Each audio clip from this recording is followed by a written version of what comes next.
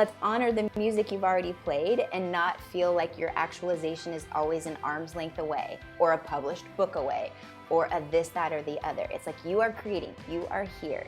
You don't need XYZ check in the box. While that's great if it feels true to you, but let's honor what you have been creating to this point, or who you have, created to this point, your contribution to humanity, literally. Welcome to the I Heart My Life show, Nikki. I'm so excited to have you here. I've been a fan of yours for many, many years, and we recently met in person.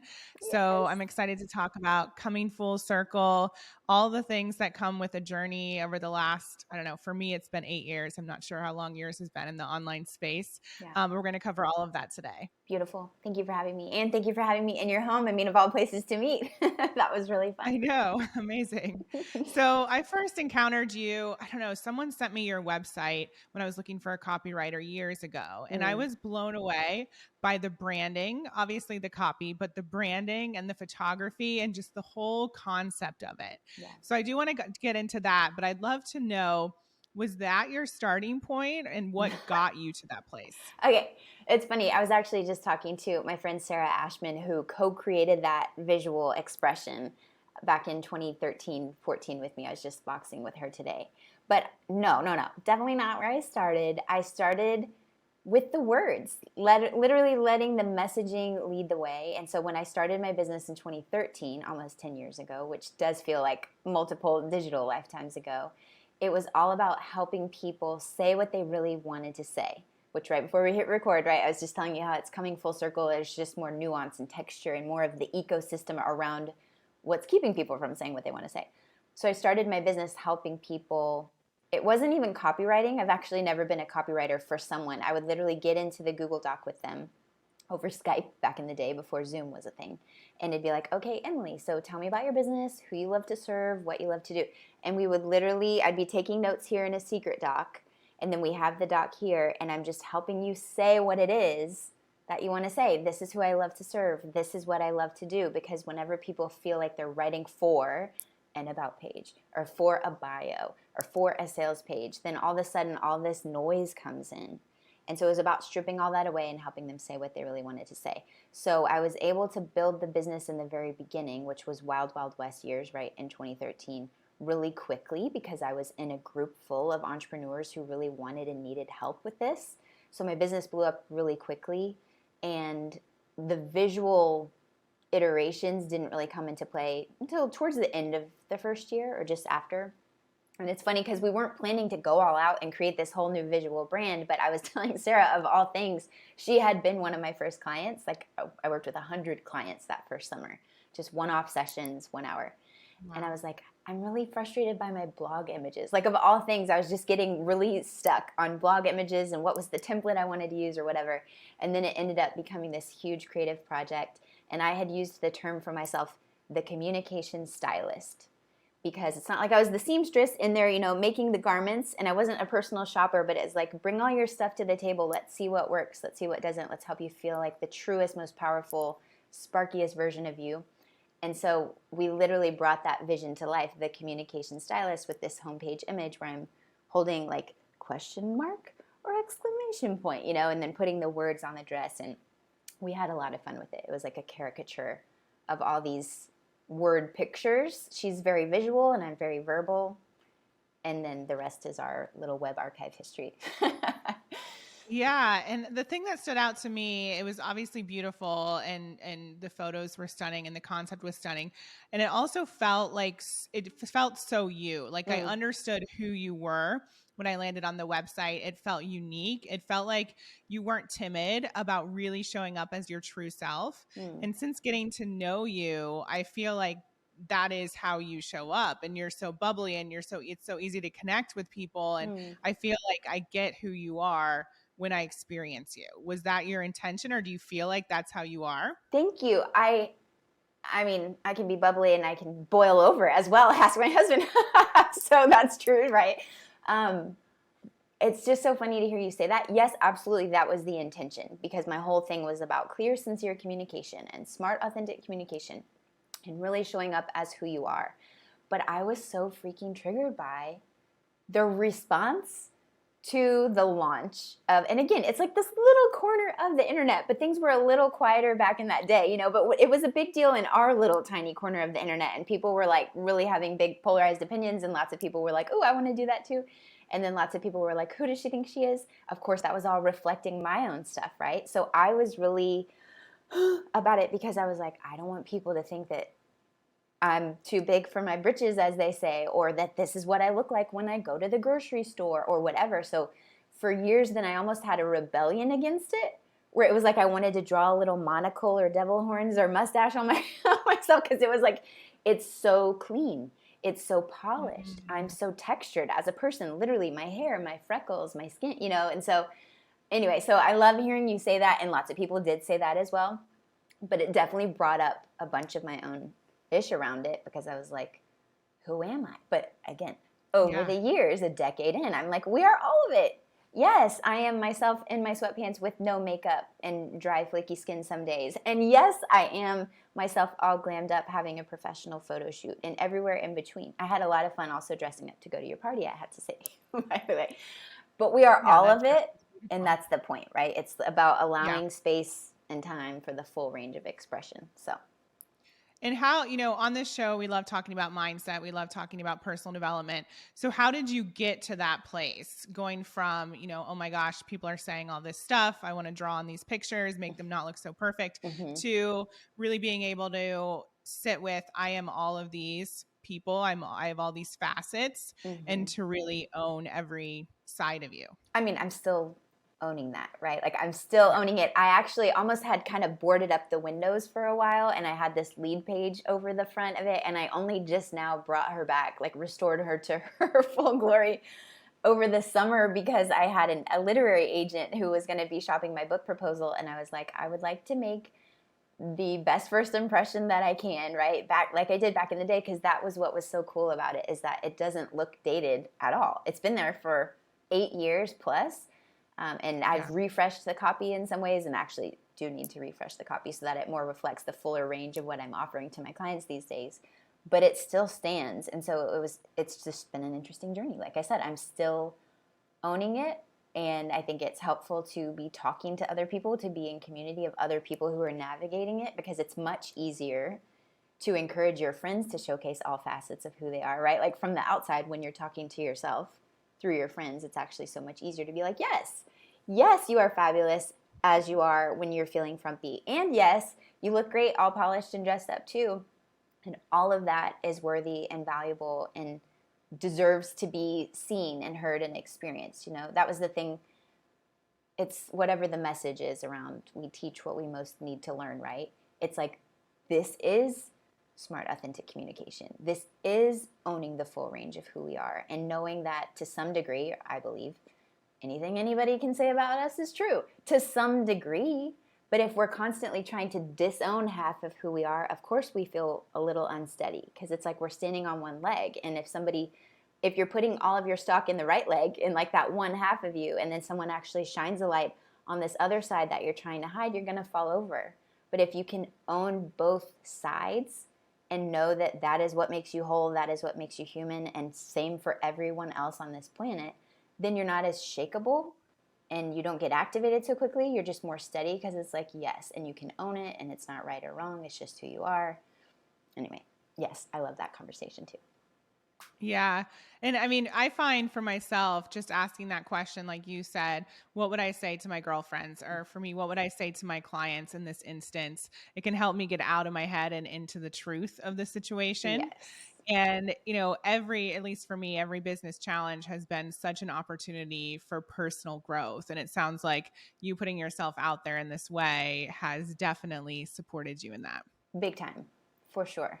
Definitely lots of edges and areas to explore.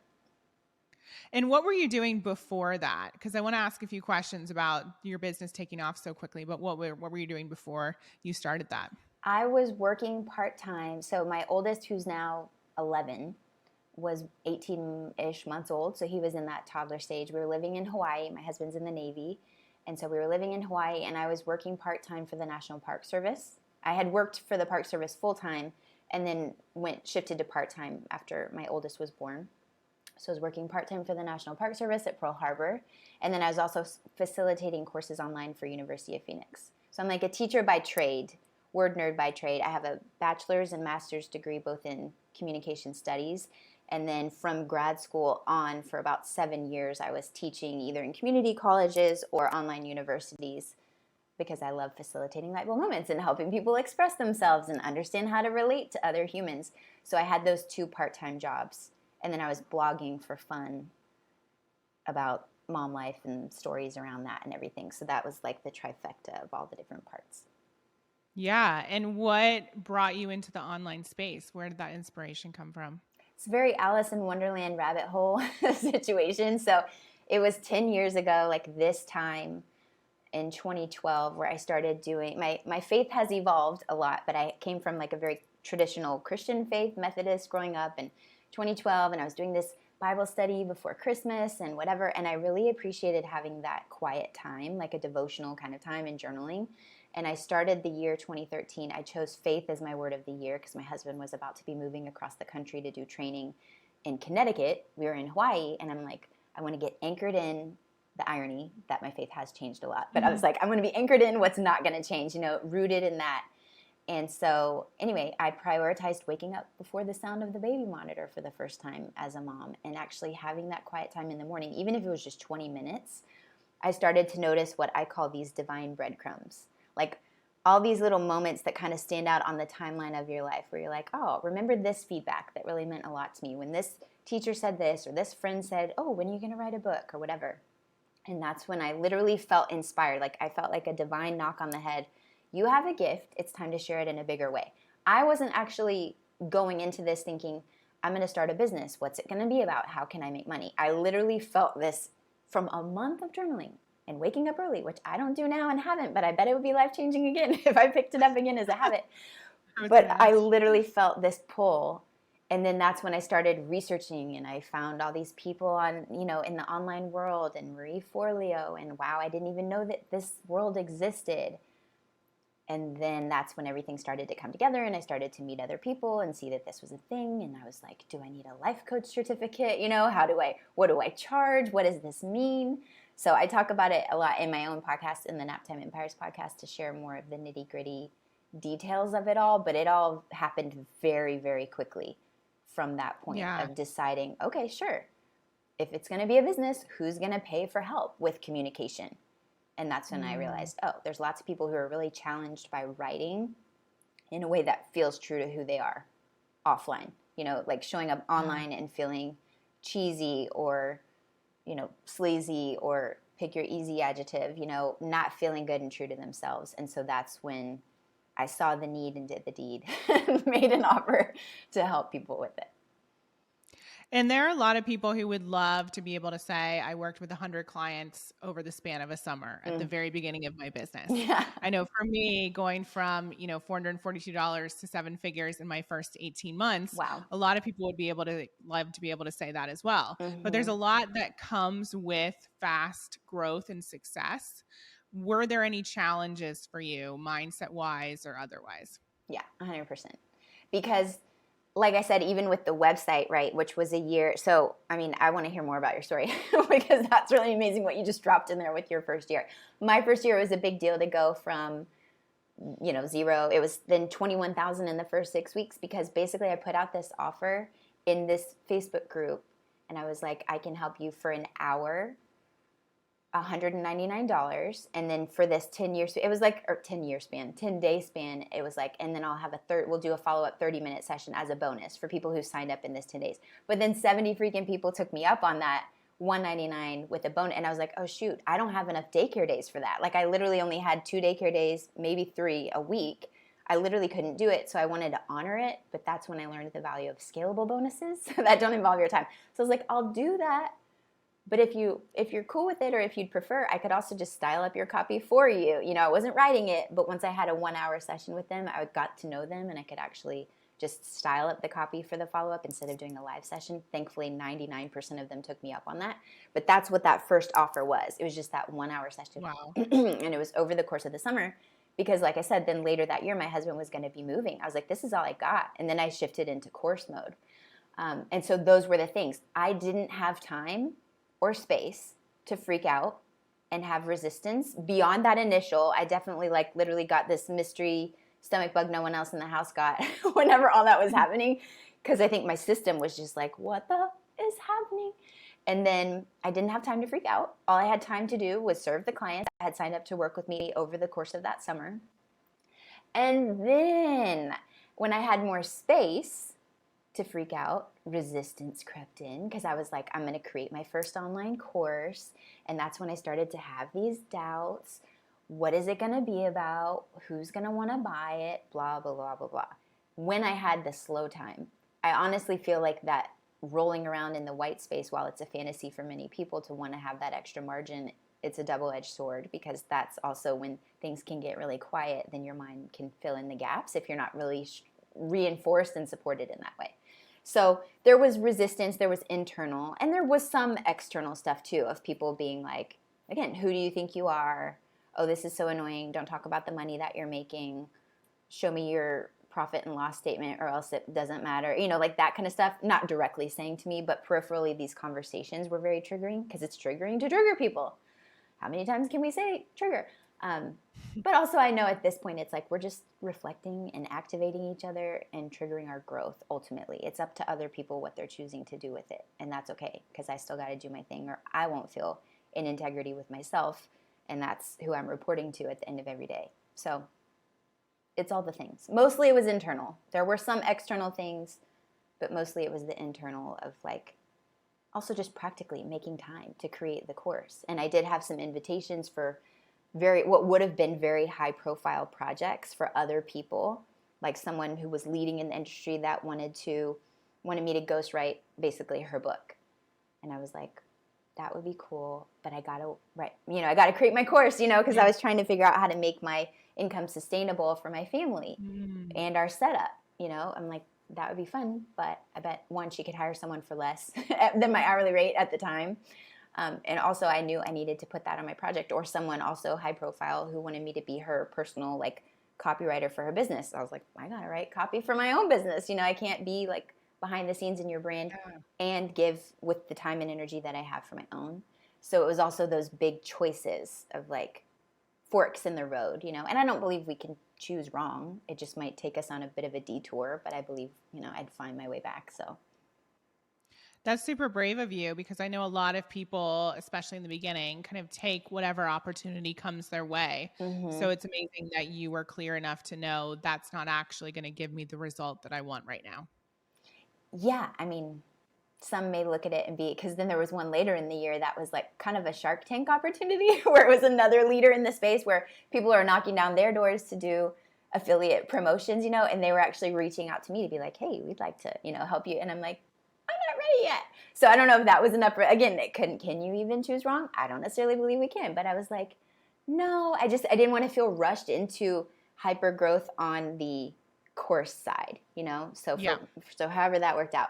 But yeah, I believe there's a quote. I first heard it from John DeMartini, but it's not about making the right decision, but about making the decision right. So for whoever's listening, if you're facing a big question about that, just know that you can make the decision right, but staying in the indecision is actually the biggest drain of all, I would say, from my experience. Yeah. Oh, definitely. Like being in limbo, that's the worst. Mm-hmm. Totally. Yeah. So I know that since then, a lot has happened since 2013. So catch us up in terms of the full circle that you're going through at the moment. And before you do, I just want to share that I totally resonate with that phrase and that sort of coming full circle in your business, because I started my brand as a life coaching company, but as it took off, more people wanted to know how I built my business. But the intention was never to work with entrepreneurs. And what I realized was that over the years, I heard my life was becoming very pigeonholed in terms of the entrepreneur space. And I love working with driven women, but it's so much more than that. And we found that people who came to us for business strategy, like that was actually the last thing they needed. They needed mindset work. They needed health support. They needed like clarity on their goals. And so over the years, at least in the last few years or so, I've felt almost like we've been doing a disservice to our clients, because they need so much more. And Yeah. it's about living a holistically successful life, not just success in one area. So anyway, I Yes. say that because I totally get that feeling of coming full circle and all the emotions that come with it and pivoting and all the things. So I'd love to know what your journey has been like to get to this place and to now have that clarity. Well, I love that, first of all, and I'm with you 100% on it. And so I guess the full circle thing I'm talking about at this moment in time is that, like I said, I had this big splashy, this is also the drawback to this big noisy success, because then it's like, now I'm supposed to maintain it. Or now I'm supposed to make $1 million next week, or else I'm a failure and I'm not living up to my full potential and I'm dying with the music still in me. Like whatever this existential crisis is. Because when I started, I legit didn't have any. I thought it'd be cool to make $20,000 in a year, because that's basically what I was making, 25 to 35,000. I was a little underemployed necessarily in my government job, but I loved it. I called it paychecks of the heart. Like I loved the work that I was doing, but it wasn't like raking in the dough or anything. So it was a shock to my system for sure to make that in the second month of business, or to make 100,000 in the first year. That was never on my bingo card. So there's drawbacks to it, because it's almost like you're the hare versus the tortoise. And now I'm like, I just want to be the tortoise. Can I change my costume, like my role? So it's interesting to see and note that. But I almost had a bit of a, like I said, a rebellion against, I'm like, the copy stuff. I don't want to just be doing word related things. There's so much more I want to talk about, because like you said, it's easy to say it's the sales page, it's the copy, it's the about page, it's the messaging. But it's like, there's so much more to it, and there's so much more I can talk about and that I would love to help people with. So after the birth of my second son, at the very end of 2015, that's when I kind of cracked open, literally, figuratively, to opening up the conversation to what I call Naptime Empires, which was a phrase that, like, I don't even remember what I was doing, but it came to my mind. I had a couple of losses, actually, very early losses between each of my kiddos. And at some point in 2014, when I was pregnant, this Naptime Empires phrase came to mind, sent from the muses, I suppose. And I just kind of let it sit and simmer. And then after Deacon was born, I was like, I want to talk about more. I want to expand beyond the language and the words that we're using. While it's important, it's not everything. There's life going on behind the scenes. There's kids, changing a diaper literally on a Zoom call earlier today, because I'm now in round 3 of Naptime Empire's life.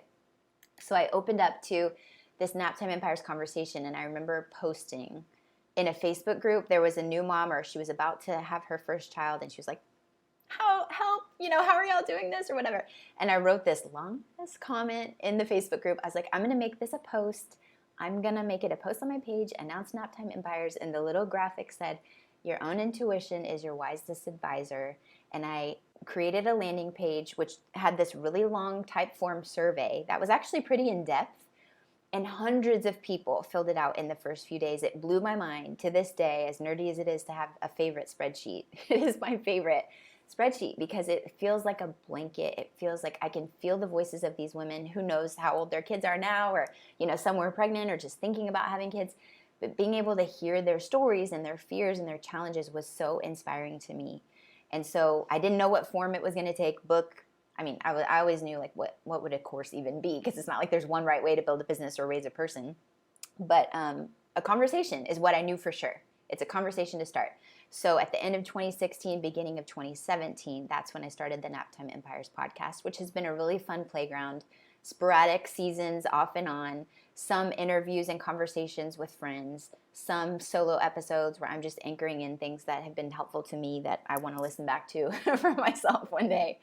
And it's been just this slow rolling conversation that's now turning into a book that I have gotten this close to self-publishing, then got an agent and pursued the traditional route. I'm pretty sure I'm still going to end up self-publishing it, actually.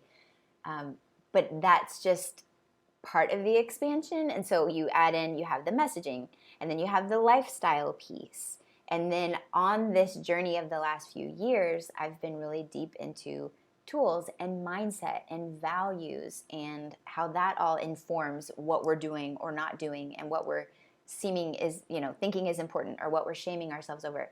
And so at this point, the full circle integration of all the pieces is, like you said, the business is kind of the vehicle and the front for what everybody really needs on the inside, the back end conversation. For me, what I'm finding really inspiring is working with women, leaders who have lots of things to say. They know they have a book in them or a podcast or some form of expression, but they've got stuff around it. And they know on the other side of owning it and popping that cork, they're going to feel more of themselves. It's like, I want to help with that. I want to help not just in the mind, but also in the weeds, in the doc. My friend Jada and I went to Disneyland earlier this year, and she was working on the final edits of her book. And I said I was like her fairy doc mother. Like, it was just a really fun way. It's not just an about page for a transactional 1 hour session, but to be able to walk with someone and know someone and to genuinely believe in the value of their expression and their voice and what it is that they have to say. I love being the advocate for that. And then to actually have the tools and skills to help her communicate it in a way that feels so true to her. It's a great feeling. So it's like self-actualization, but make it verbal creation, you know, and it's not just creative in general, because it's not, the visual thing is not necessarily my forte, but the words, if it has to do with words and people, I can help. And that's something I've literally been saying for 10 years. And now it just is a more holistic piece. It's like, she's not just needing a life coach, not just needing a business coach.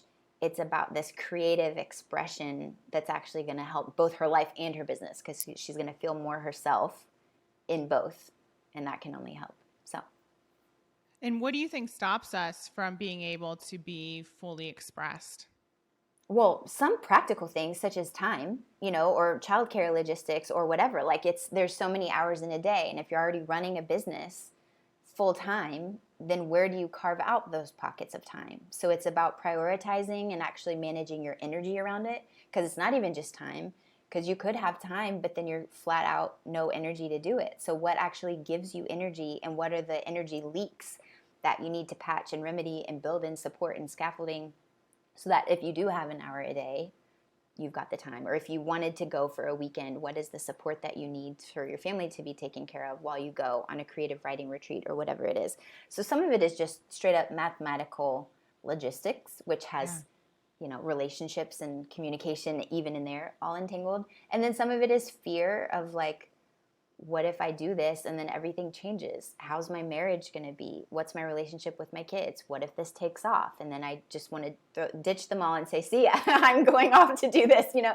But like, we laugh, but really that is a fear that a lot of people have, especially if family is a high value for you. You might have some fears around what's going to change at home, and then sadness around that, or a little grief around it because maybe you've enjoyed a slower pace. Then you also can remind yourself, I get to choose. It doesn't all have to take off and change so quickly.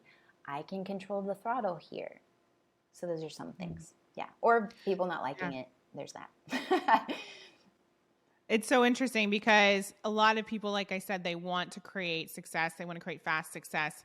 But when we dig deep in some of the work that we do, we find that a lot of people have a fear of success for some of the reasons you just described.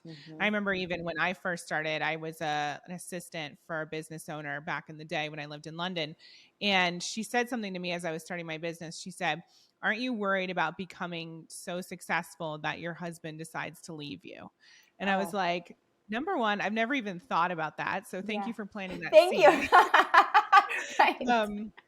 And I remember, you know, then thinking number two, like, no, I don't think I'm scared of that. But I recognized as I started my business, I wasn't scared of him leaving, but I was scared of not having enough time for the relationship. And like, would it change the dynamic, and who would I be? Like, because we weren't planning on me starting a business and all the things. So there is so much that comes up with wanting to transform your life, all the things that are, you know, deep beneath the surface that you don't necessarily expect that you then get to face. Right. And it's great because I feel like I like to think of humanity as a big puzzle. And so we each have our own unique shape to contribute. So at the end of the day, / the end of humankind or whatever, what's so frustrating at the end of a puzzle when it's like, we're missing a piece, you know, like you had all the other pieces in place, but then this one piece it's missing, or the dog ate it or whatever. So it's like, this is our job. And hopefully as a parent, I can help my kids do this too, which is just to show up fully as they are, all the way to the edges, as funky, different shaped as they may be. Is that an edge piece? Is it not? I don't know. But the full funky expression of who you are, and also not to put so much pressure on the form that it takes. to where it has to be X or it's not valuable. For example, I just did a podcast episode on this, on the Wayne Dyer quote, "Dying with your music still in you." And I'm like, oh, great, cool. I didn't know that was a fear I had until now. It's my crippling life fear or whatever. But I'm like, let's honor that life is happening now. We're live. It's happening. You're making music. Do you like the tune? Is it yours? Or are you copycatting someone else's because of whatever reason? Let's figure that out. Let's honor the music you've already played and not feel like your actualization is always an arm's length away or a published book away or a this, that, or the other. It's like you are creating. You are here. You don't need XYZ check in the box. While that's great if it feels true to you, but let's honor what you have been creating to this point, or who you have, created to this point, your contribution to humanity, literally. So it's a thing. It's worth talking about because I think we've all got some stuff around this concept. And you mentioned, feeling the pressure of making a certain amount of money in a certain amount of time and maintaining what you built. So I'm not sure if you've been public with your pivot, but I'm curious to know, have you felt like well received in the changes that you're making? Does that even matter to you? Because I know for me, when I first started talking about 2 years ago, I woke up and didn't feel happy. And now we're making all these changes. Mm-hmm. That was nerve-wracking because people see you in a certain way doing a certain thing for so many years. And then all of a sudden it's like you're changing. And at least for me, I question, what are people going to think of that? Oh, for sure. I have thought that, but I haven't ever made because I still have, it's like, I can't think of a great analogy other than, yes, we knew, it's like if I'm dyeing my hair and it's like, we knew you weren't a natural blonde, it's okay. You're not surprising anyone or whatever. It's kind of that where, I don't know, and I'm not looking at your hair. I don't know if you might be. I'm just saying as an example where it's like everyone outside can already see that. They already know. Mm-hmm. They're fine with it. And actually, then you realize it's this internal pressure that we've been putting on ourselves to play this role or whatever, but we haven't been hiding it at all along. And so it's funny to me to look back at literally 6 months into my business talking about my entrepreneurial muffin topper, feeling like my brain pants were too tight and I needed a maternity panel to expand and grow beyond this creative corner I had painted myself into with the copy stuff. I mean, literally, 6 months into the business, I was already talking about it. Or 27 ways to avoid burnout or something, literally in those first months of business. So it's like anybody who's been along with me knows that this holistic, I think of it like a recycle emoji of taking care of you, taking care of biz, taking care of fam. That's been part of the conversation the whole time. It's never straight up been, here's your 5 steps to XYZ. Although there's the About Page recipe, which is 5 steps. There is that, but it's always existed in this ecosystem. So I think, again, it's way more been in my head than anyone else to be like, oh, wow, this is really a jarring change of conversation. I had my own rebellion against it internally, but externally, I feel like the clients that I'm working with, one who I've been working with for this last year, and she'd been in my orbit for 7 years, she's like, yeah, it's always been about these, hitting on all cylinders here of again, I think of it as a lazy Susan as well, where it's not necessarily about balance and equal time and a pie and an imaginary pie. It's just integration. It's knowing that all these things matter. They're all in the mix. They're all on the table. But at one given time, something needs more focus than the others. And that's okay. We're going to get to it. We're going to trust that we're going to get to it. We're going to check in with ourselves when our heads hit the pillow at the end of the day to be like, did I hit all those cylinders in a way that actually feels true to me? If not, what do I want to do differently about it? So that's been my experience. I don't know. We'll see. But I don't feel like there's a big jarring pivot or anything where it's like I am now creating cat stickers and this is it, guys. And I never told you this, but this is really the truth. This is it for me. Get on board. It's felt like that on the inside, but it has not been a surprise. It's not. It's just, what do you lead with, Yeah, no, that's been my experience too. And I mean, I guess I am a natural blonde, but not this blonde. And I'm sure no one's surprised about that. Mine's the inverse, where I have cinnamon sugar. It's it's a natural auburn, but lately some of it is fading, so I'm depositing color onto some of it. You have beautiful hair. Thank you. So, speaking of that Facebook post and that group where you responded to that woman, I'm curious to know what were some of your tips for her, or maybe they've been upgraded since then. How do you actually run this Naptime empire? What are some of your tips for moms who are looking to live out their purpose, do something big, and obviously take care of their incredible children? The biggest thing I would say, because again, this was actually a big part of the struggle of me even starting the Naptime Empires conversation years ago, because I was like, there is not one right way to do it. No one died and made me the one who figures out how to handle both or whatever. It looks different for everyone. Absolutely, there are going to be common themes, or else the podcast wouldn't resonate with anyone, you know. But there are candid conversations that we've had there where people are sharing experiences with postpartum depression, or struggling with childcare, or wanting to work full time and actually feeling guilty about that because the whole idea was to be home with the kids part time, or whatever it is. So for me, the biggest thing is releasing the shoulds of it's supposed to be like this, or you're a bad mom, or whatever. It's like, it's not a moral judgment. I don't care if you want to spend more time with your kids or less time with your kids, because I genuinely believe that the greatest gift and contribution that you make to humankind, and that includes the humans who are living in your household, is to be who you actually are. So for me, and this is, I understand it's easier said than done, because even this weekend, I'm like, I don't want to be traveling in a way, but I also don't want to be here, but I want to be working, but I don't want to be working. You know, it's like I want to have the time with them. And it is a thing to normalize that we're going to go a little wonky sometimes and have this debate, but it's because we're choosing to put these things on our plate. So I feel like the best, different parts and pieces. One is to own the choices that you're making, so that we don't feel like a victim of like, well, I can't because I'm a mom, or, you know, like whatever. It's like, let's just remember what we're choosing into. And maybe it might take more time, or it might take more money. You know, we have options there if we need more support at home, or if we need more support in business. But that's a thing for sure, is that we're going to need more support, and we have to get over ourselves and be comfortable asking for it and allow ourselves to be supported, and hashtag bring the village back. That's one piece.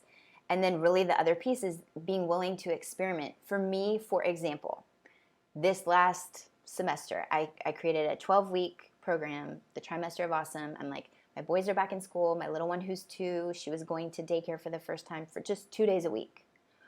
But she has not been. For like 90% of the semester, she's been home because we had cooties, and then we had a slip, and she hurt her leg. And so it's like, okay, this is helping me clarify, because I know I do want to be home and available. And my husband just started a job outside of the house for the first time in a long time. So it's like back to the roots. Again, full circle, Naptime Empires mode, where I'm doing the carpools and things and navigating it. And it's like, when you have those moments of frustration and WTF is happening and how am I going to do this? It's an opportunity for clarity, because I'm like, okay, this could mean I need more backup childcare. 100% I do. Absolutely. But it could also mean that because I do want to be available when they have cooties or when they're not feeling great, and I want to be available to be there for them, that my offers need to support that. Meaning, one, my clients, when I have real-time calls, are totally cool with my 2-year-old sitting and doodling on the desk next to me while we're there playing Play-Doh. That is key and very important to me if I'm going to have any live calls whatsoever, that they know that sometimes little ones are going to be hopping in and out and asking for Minecraft time or whatever it may be. 2, asynchronous is a treasure for me. Being able to support people via Voxer asynchronously is a gift, and I love it. So I would love to make sure that's incorporated in my offers. 3, it's time for me to create some more self-study resources. I have so much I want to share, but me sitting real-time, communicating and teaching via Zoom is not going to be it for me. So I'm going to adapt and find times in the pockets of time where I can create, so that I can be helping people even when I'm tending to, you know, the cootie queen over here, whatever it may be. So it's all of those parts and pieces. Giving yourself grace, surrounding yourself with people, or at least virtual people, conversations with people who are navigating it too. Knowing there's no one right way, as frustrating as that is, because sometimes we just want someone to tell us, like, here's what to do. But ultimately trusting yourself to make decisions and make changes as you need to when it comes up. Because there's just a lot you cannot predict once you've got another little person that you're responsible for and who knows what's happening. Yeah. So good. Yeah. And I think regardless of the situation, whether it's motherhood or something else, our emotions can give us so much clarity about what we do and we don't want. Mm-hmm. And yet so often we're told, to push stress away or think more positive or whatever it is. And we're just bypassing all of that when it could be helping us find the solution and make things even better. For sure. Vent that ish. And also let your kids, it's like you wouldn't, I mean, you would. So I'm a different mom now than I was 10 years ago, right? And I'm trying like super nanny, the calm down corner and like that kind of thing. I haven't done that with my second kids. I'm evolving. I now have, met Dr. Becky. There was Dr. Shafali in there too. Dr. Becky at Good Inside. I love her podcast. So learning and trying different parenting techniques and stuff too. But ultimately, it comes to validating that emotional experience. So it's not like, it's fine, you're fine, everything's going to be fine. That doesn't help a kid who's freaking out and really sad because they just dropped their ice cream cone on the ground and that's it, whatever the case may be. So it's like the same thing like we were talking about earlier with your friend who's freaking out or feeling like she has nothing valuable to offer the world. It's like, what would you say to her? Likewise, when you're having your own tantrum, inside or outside, it's like, how would you help your kid through that when you're there to be like the anchored grown-up nervous system to help them regulate theirs? And even if you don't feel like you have the capacity for yourself to do that, who can you find, hire, or pay who can help you in the interim as you're navigating that, especially when you're new to navigating both at the same time? Yeah, so good. What would you say actually motivates you when it comes to, you said you have all these courses inside of you, you want to work with these leaders and top people, you have the podcast, you're writing the book. What motivates you? For me, ultimately, it comes back to this identity piece, like I said, around the book. Like it is literally, I mean, I wrote the first draft of it in a wild 12 days, 94,000 words in pandemic time while pregnant with my daughter. She was my little muse and co-writing sidekick. I was trying to get it out before she came out. Like that was the plan in 2020. I was like, okay, I'm pregnant. Here we go. She's my human Pomodoro timer. Let's do this. It didn't happen that way. So this book has been in a slow cookie, and the longer that it lingers, the more I'm like, oh, but I could totally just change it and do it differently, but it's 85% done. Anyway, it's an element of identity. I've wanted to write books since I was a tiny tot in single digits in elementary school. Like if I don't do it, it'll be okay. Like, if again, dying with the music still in me, it's okay. But I feel like there's a lesson in there for me on the other side of it. I have published things in many forms, academic papers, articles, newsreels and all these kinds of things. But there's like something in the clue of hiding on the other side of a published book experience that I would love to just experience in this lifetime. So for me, that's actually the drive. If I try to make money the drive, it can be fun. And it was like, for example, my first year in business, I was like, oh, it'd be cool. It'd be a fun story to make $100,000 in the first year. So I set that goal, and then I did my first course launch and made $50,000, which is unusual, but it happened. That was fun, but the money just doesn't do it for me at this point, because it's like, why do you want the money? So that you can spend time with your family or have freedom of time and choice to do things. And it's like, well, I built the business, we saved a lot of money, and for years I was able to do that, I realized that business was just the means to the end of the learning, the sparky conversations with people, the time with my kids, the travel to fun places. Like I realized that it is a beautiful vehicle that makes those things possible in many ways, but also it's not the only thing that makes those things possible.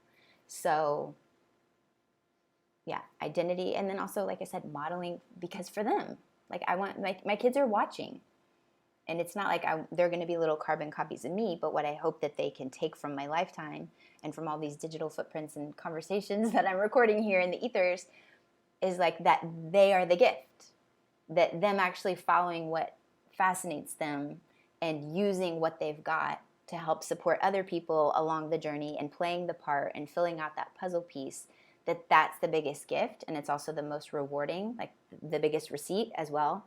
So that's a big part of it too. And again, money is great, but to me it's around the identity, the legacy piece, and feeling like myself, because I got to say, it's really uncomfortable not having published the book. It's extremely uncomfortable because it feels like, what am I waiting on? And that's the journey that I'm comfortable with, that I can help my clients go through too, because I feel it. I feel the pain of knowing that it's like, it's just right there. can we just make time for it? Can we just clear whatever's in the way and get it going? So Yeah, I'm so excited for that to come out for you. it should be perfect timing. Hopefully, yeah, I'll use my muse. Yeah. I've got another pregnant client right now, and I'm like, okay, let's get it out there. But in the meantime, if you just want the messy drafts, I've got that too. I can send any little snippets your way. Thank you.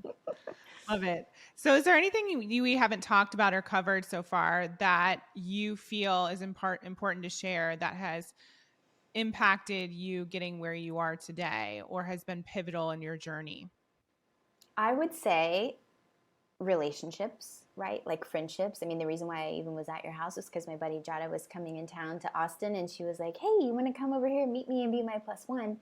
And so the relationships that I've built in business, this is a chapter in the book, have been priceless to me. I call it my cabinet of friendtors, friends and mentors that have been on this journey with me for the last decade.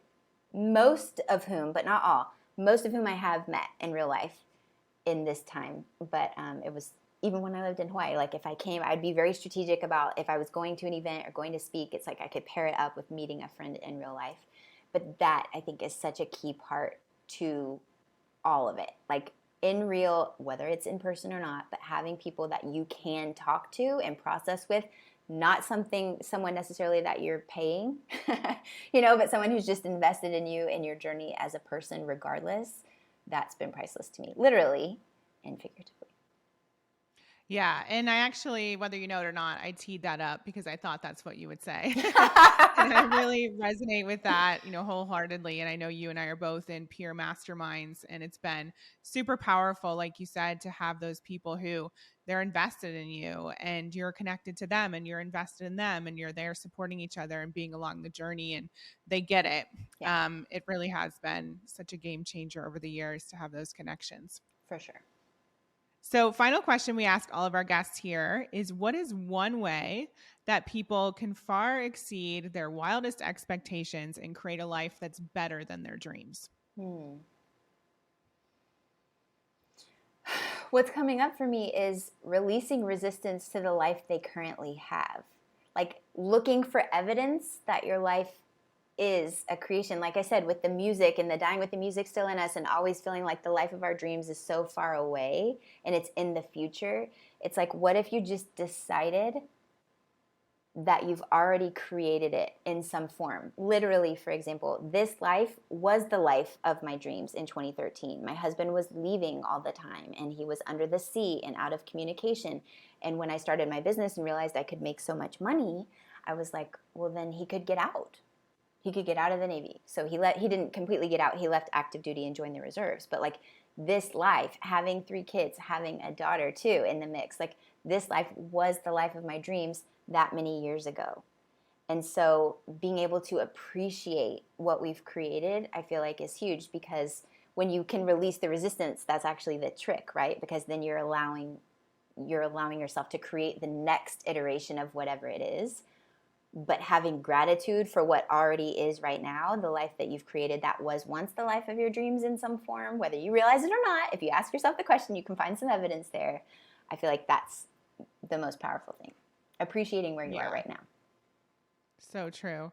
And I always say gratitude and desire aren't mutually exclusive. Like you can be grateful in the current moment. Sometimes people are afraid to be in full gratitude for what they have because they're like, well, does that mean I'm going to lose my ambition or I'm not going to want more? But you can have both at the same time.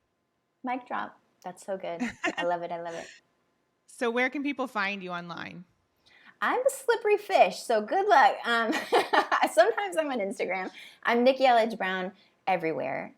And naptimeempires.com/guide is, I'm reshaping it, but it's kind of a roundup of popular podcasts. And when you're feeling resistant, when you're comparing yourself to everyone on the internet, when you're feeling overwhelmed, hiding in the bathroom, want to get back into inspired action, that's one of the best spots. naptimeempires.com/guide. But everywhere, Nikki Elledge Brown will link you to all the parts and pieces. Amazing. Well, thank you so much for your time and for this conversation and for your vulnerability. I'm so excited to see what's next for you and what this full circle life and presence and embodiment looks like for both of us. Yes, I was going to say thank you. Me too. Thanks for having me. You're welcome.